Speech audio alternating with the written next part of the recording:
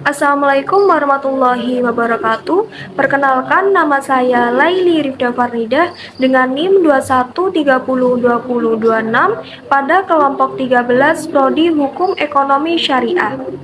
Video ini bertujuan untuk memenuhi tugas video review lisan pada mata kuliah advokasi. Pada makalah kelompok 5 dengan tema analisis SWOT advokasi, pemetaan kekuatan, pemetaan kelemahan, pemetaan peluang, dan pemetaan ancaman. Baik, yang pertama mengenai definisi dan bentuk-bentuk kekerasan terhadap anak.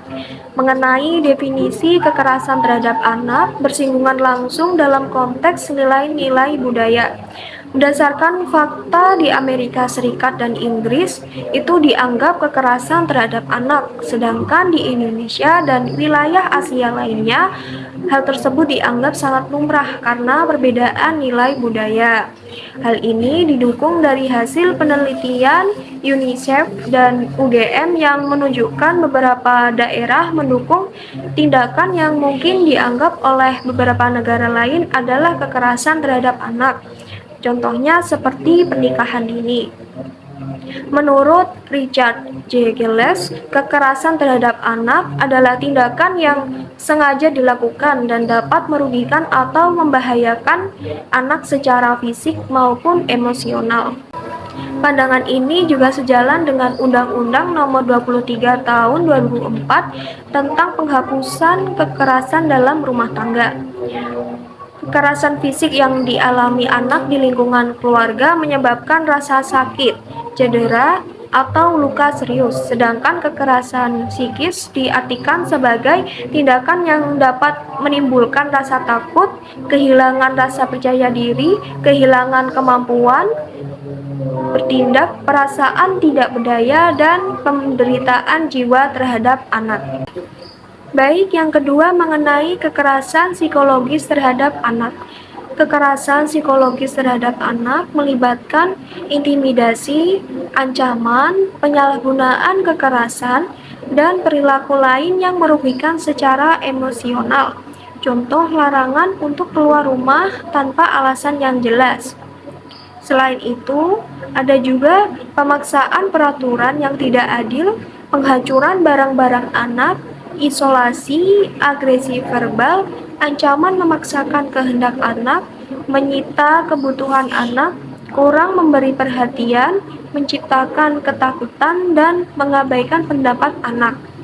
Itu semua merupakan kekerasan psikologis terhadap anak yang dapat mengakibatkan anak dapat merasakan depresi, rasa cemas yang berkepanjangan, tidak percaya diri, yang dapat mempengaruhi motivasi belajar dan prestasi anak.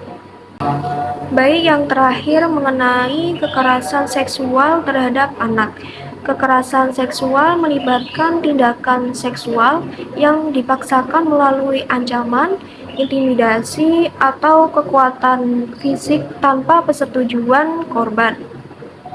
Contohnya, seperti anak yang mendapatkan informasi seksualitas tanpa pendidikan yang benar, atau menonton pornografi tanpa pengawasan orang tua. Dampak kekerasan seksual pada anak yaitu merusak fungsi reproduksi, meningkatkan resiko penyakit kelamin, dan menimbulkan trauma yang mungkin berlangsung sepanjang hidupnya.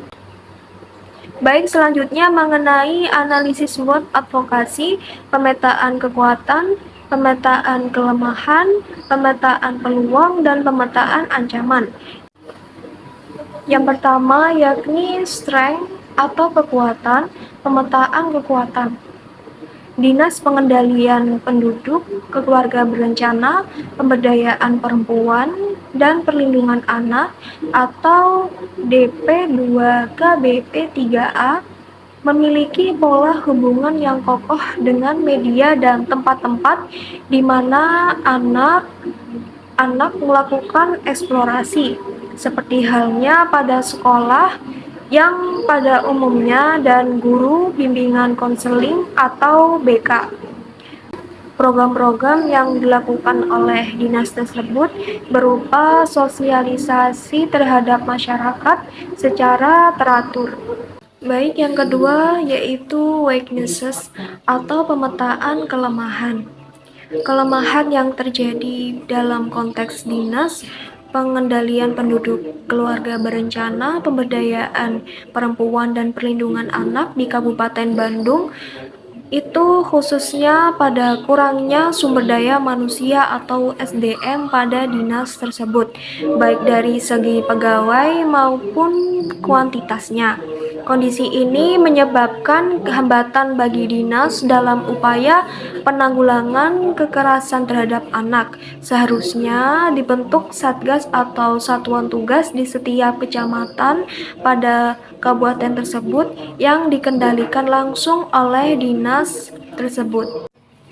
Baik, yang ketiga yakni opportunities atau pemetaan peluang. Dinas Pengendalian Penduduk, Keluarga Berencana, Pemberdayaan Perempuan dan Anak perlu mengidentifikasi peluang-peluang atau situasi yang menguntungkan untuk memungkinkan mereka menangani masalah tersebut dengan efektif.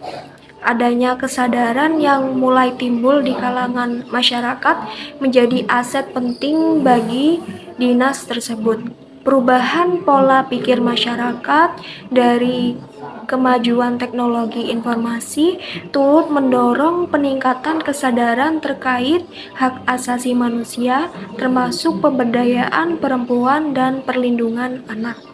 Baik, yang terakhir yakni threats atau pemetaan ancaman. Dinas Pengendalian Penduduk, Keluarga Berencana, Pemberdayaan Perempuan dan Anak menghadapi faktor yang tidak mendukung dalam upaya penanggulangan kekerasan terhadap anak. Salah satunya adalah rendahnya tingkat responsif masyarakat dalam menerima informasi yang disediakan oleh dinas untuk mengarahkan pola asuh anak tanpa kekerasan. Perlawanan tersebut sebagian besar berasal dari pandangan orang tua atau pandangan konservatif yang menganggap bahwa pendidikan anak adalah urusan pribadi keluarga, di mana campur tangan pemerintah tidak dianggap perlu untuk mempengaruhi metode pengasuhan anak.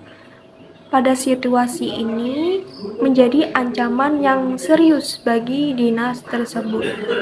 Baik, sekian, terima kasih.